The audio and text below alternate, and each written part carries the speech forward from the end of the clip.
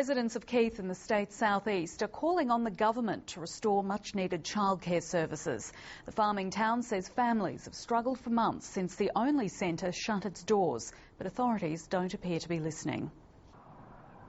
Keith has just over 1,000 residents who say it's proving difficult to register on Canberra's radar, but they say families are hurting.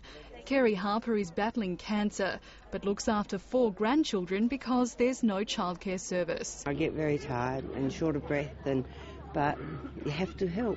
You have to be there.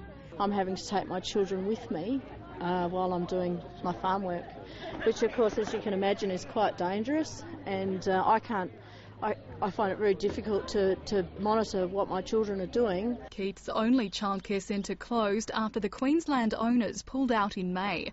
Families are struggling to adjust. Dan sort of had to start taking 2 days a week off to mind our 4-year-old, and we've been fumbling through ever since. The Childcare Minister, Kate Ellis, says state and federal governments are still working on interim support for the community.